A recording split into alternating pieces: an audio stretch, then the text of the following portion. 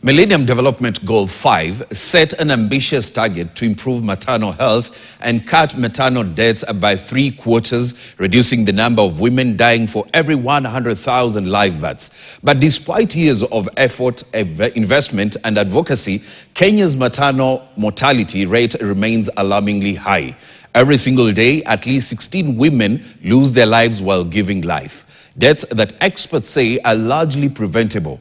In this episode of Health Digest, Gloria Milimu takes a deeper look at the factors undermining progress in the fight against maternal deaths, from policy gaps to the decline in skilled birth attendance, and also examines how these challenges continue to put mothers and newborns at greater risk. Take a look.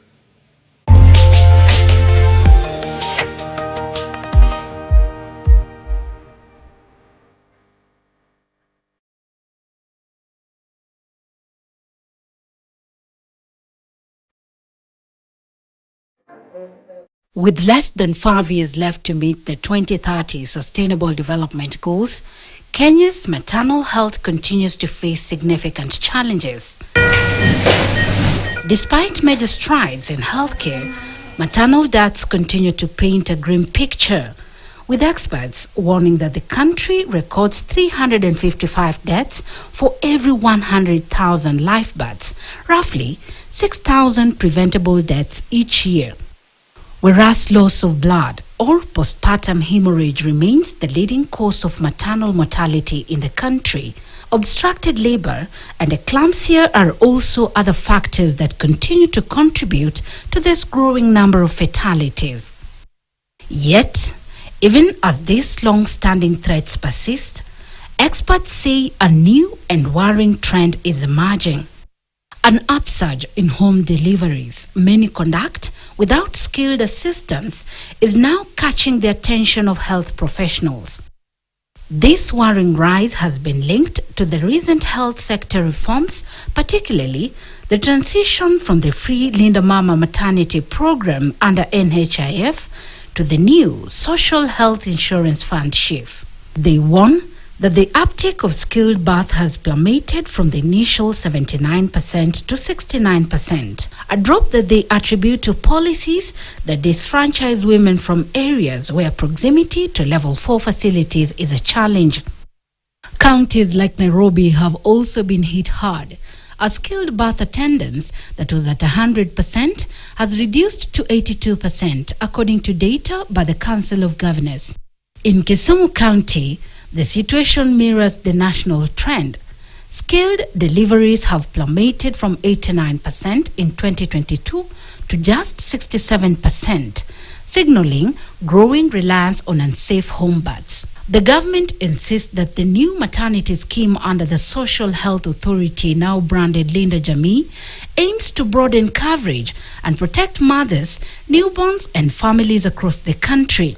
Yet on the ground, challenges persist. From unlawful detentions of mothers unable to settle maternity bills to families struggling to afford sharp premiums, the cracks in the country's maternal health care scheme are becoming increasingly visible.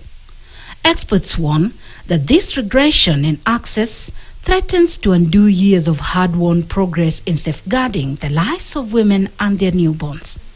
But amid the growing concern, some counties are taking bold steps to reverse the tide. In Nairobi County, for instance, efforts are underway to sensitize communities on the importance of skilled birth attendance. At the same time, hospitals are ramping up strategies to combat postpartum hemorrhage. Among them is Mbagathi Hospital, where at least 800 deliveries take place each month. Here, a renewed focus has been placed on ensuring a steady supply of blood, a resource that can literally mean the difference between life and death for mothers in labor. Dr. Erica Kioma, the hospital superintendent, admits that for years the facility has struggled to maintain adequate blood stocks. Most of the time we face shortages of blood, but as a facility our consumption is between overall facility consumption is between 500 to 600 units of blood per month, but part of that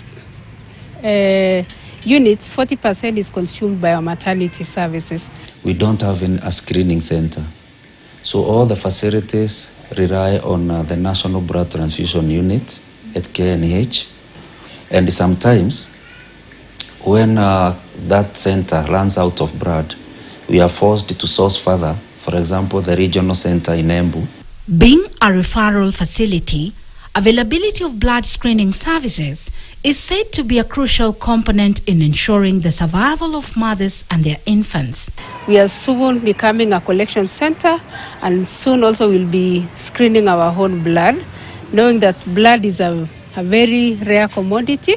Being a referral facility, sometimes we receive mothers who might have experienced a PBH in the lower facilities, so that by the time they're arriving here, they might have lost a lot of blood. And what we do as a facility, we attend to these mothers immediately. Kenya ranks 4th in Africa with the highest maternal mortality rate. But even as counties struggle to prevent these deaths, experts say that there is need for adequate budgetary allocation to the health sector in order to ensure that facilities deliver quality maternal services. Also, they advise that systemic challenges that continue to dog the new health scheme need to be addressed in order to ensure that every mother can access quality and affordable health care without incurring any financial catastrophe. Gloria Milimu, KTN.